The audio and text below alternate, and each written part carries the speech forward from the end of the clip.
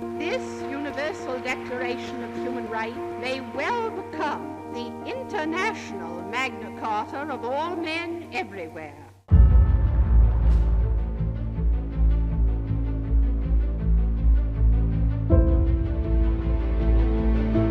After the Second World War and the Great Economic Depression, there was a spirit to think, what can we do to ensure that this kind of situations will never happen again?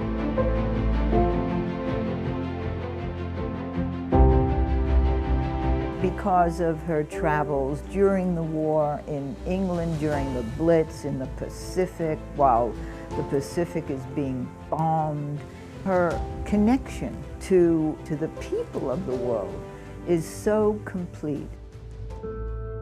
After FDR dies, there are many efforts to get Eleanor Roosevelt to run for the Senate, and there's even some thought that maybe she should run for vice president.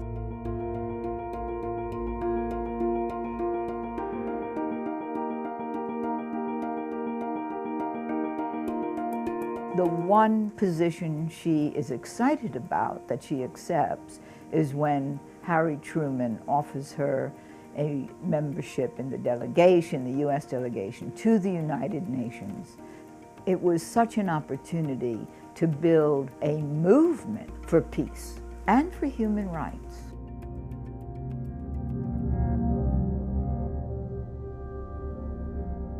She was very aware of being almost ostracized by the men, not part of their conversations. And the irony is, when she is asked to go into the committee that writes the Universal Declaration of Human Rights, they think that's going to be a social committee of no interest, but it then becomes one of the most important committees.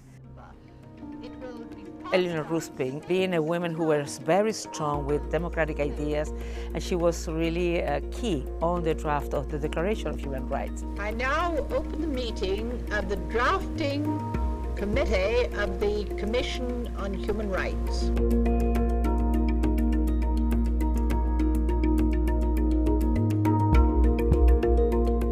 One other person that was such a big influence on Eleanor Roosevelt was India's Hansa Mehta.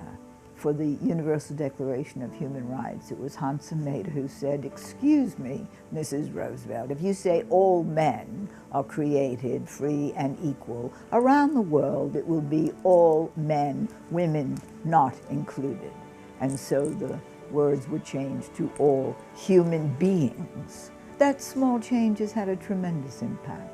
Women will be included everywhere. All human beings, men and women and children, have these rights. It says that these rights of the people are not because you are from some geographical region, because you have from some culture or some religion. It's just because we are human beings, just because we exist, that we are entitled to those rights. The real change which must give to people throughout the world their human rights must come about in the hearts of people.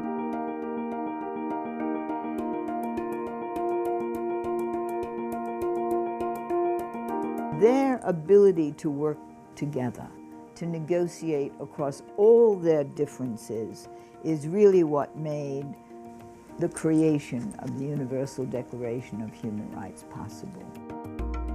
It is a declaration of basic principles of human rights and freedoms, and to serve as a common standard of achievement for all peoples of all nations.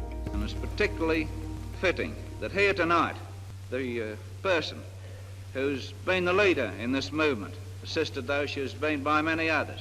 I refer, of course, to Mrs. Roosevelt, the delegate of the United States. It's one of the most significant moments in world history.